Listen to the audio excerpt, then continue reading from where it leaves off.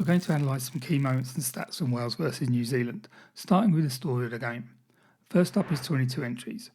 Wales recorded 6 22 entries, scoring 13 points, compared to New Zealand's 12 for 48.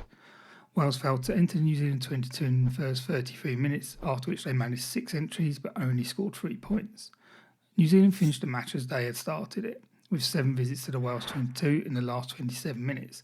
Their conversion of these was even better than earlier in the match with 33 points. Next up is points per quarter. Like 22 entries, this gives us a great overview of the game's flow.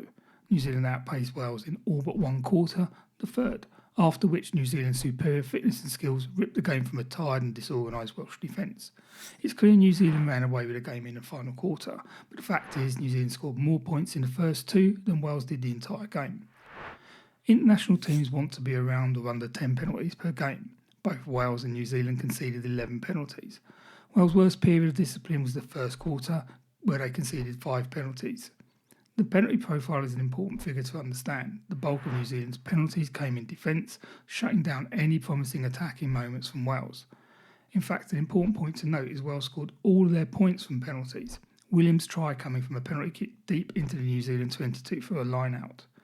Though both teams conceded equal penalties, Wales' run of 7 unanswered penalties at the end of quarter 1 and the start of quarter 2 is a genuine area of concern.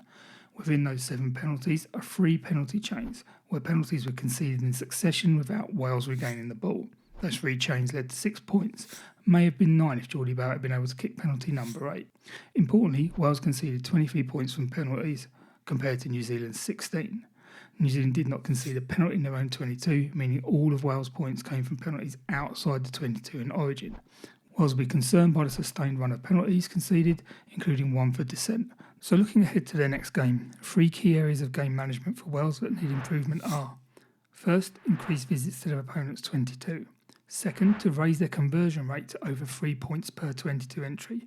And finally, remove unforced penalties to bring their penalty count down to below 10.